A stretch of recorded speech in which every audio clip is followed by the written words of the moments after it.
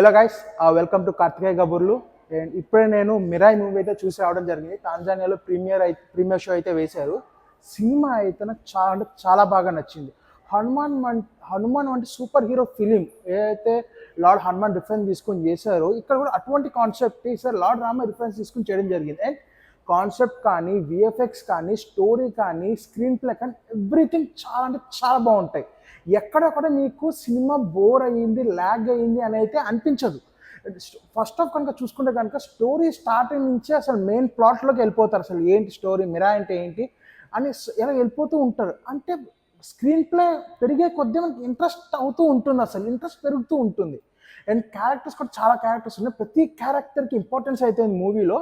And special Teja సజ్జా అయితే ఏదైతే తన ఎఫర్ట్ మాత్రం చాలా బాగా పెట్టాడు. సినిమా అయితే చాలా బాగా కష్టపడని అర్థమైంది. అండ్ తేజ సజ్జాకి ఎంతైతే ఎఫర్ట్ పెట్టాడో మంచు మనోజ్ విలన్గా మాత్రం అదరగొట్టేసాడు. మామూలుగా లేడు ఇందులో.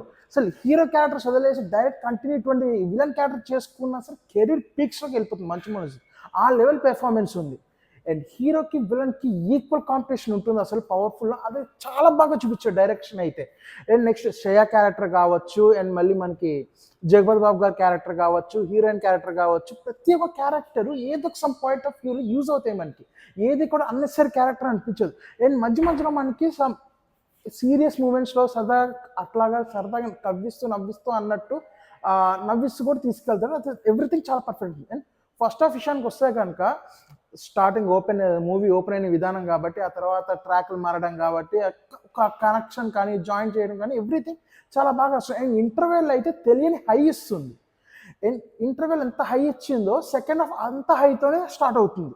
అండ్ ఇంకా స్టోరీ ముందుకెళ్తూ ఉంటుంది. అండ్ దాని తర్వాత మనకి క్లైమాక్స్ వచ్చేసప్పటికి పీక్స్ అనమాట. నిజంగా చెప్తున్నాను కాదు, సినిమా అయిపోయిన తర్వాత జై రామ్ జై శ్రీరామ్ అంటూ అయితే బయటకు వస్తారు. అంత ఎఫెక్ట్ అయితే ఉంటుంది క్లైమాక్స్ అయితే మాత్రం. And back bone of the film ఏంటి అంటే మాత్రం బ్యాక్గ్రౌండ్ మ్యూజిక్ చాలా అంటే చాలా బాగా కొట్టాడు గౌరా హరి అనుకోండి మ్యూజిక్ డైరెక్టర్. హనుమాన్కి ఏ విధంగా అయితే ఎఫర్ట్స్ పెట్టాడో అటువంటి ఎఫెక్ట్సే ఈ సినిమాకి కూడా పెట్టారు. ఇందులో కూడా బ్యాక్గ్రౌండ్ మ్యూజిక్ చించేశాడు అసలు. ఆ మ్యూజిక్ వచ్చిన ప్రతిసారి మనకి గూస్ బంప్సే వస్తాయి. అండ్ లార్డ్ రిఫరెన్సెస్ వాడడం కానీ, మనకి పురాణాలు వాడడం, ఇతిహాసాలని బాగా యూటిలైజ్ చేసుకున్నారు.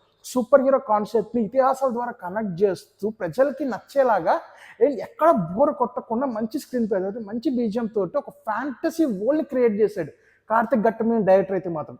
చెప్తున్నా కదా, మీరు థియేటర్కి వెళ్ళండి, హోప్ఫుల్లీ మీరు డిసప్పాయింట్ అయితే రారు. సినిమా చాలా సూపర్ జయశ్రీరామ్ అనుకుని బయటకు వస్తారు. అండ్ ఈ సినిమాలో మన ట్రైలర్లో చూపించినట్టు మాత్రం ఒక్క టెన్షన్ అయితే వచ్చింది. ఈ సినిమాలో స్టార్టింగ్లో మనకి ట్రైలర్లో కూడా గ్రంథాల గురించి మాట్లాడతారు. ట్రైలర్లో 9 గ్రంథాల గురించి మాట్లాడగానే నాకు ఒక్కసారి 18 శక్తిపీఠాల్లో చూపించినట్టు శక్తి గుర్తొచ్చేసింది. అలా ఎలా వెళ్తుందేమో అనుకున్నాను, కానీ అలా వెళ్ళకుండా చాలా అంటే చాలా బాగా తీశారు.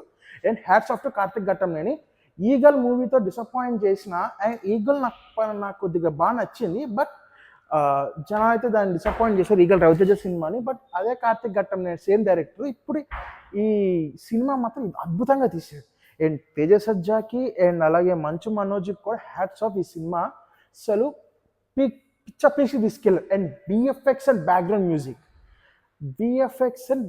మ్యూజిక్ ఎంత ఎక్కువ మాట్లాడుకున్నా తక్కువ అనిపిస్తుంది మనకి. ఓవరాల్గా మీ దగ్గర థియేటర్ ఎక్స్పీరియన్స్ ఈ సినిమాకి మస్ట్. అండ్ ఖచ్చితంగా మంచి సౌండ్ సిస్టమ్ ఉన్న థియేటర్లోకి వెళ్ళిపోండి అండ్ ఎంజాయ్ చేయండి. Thank you.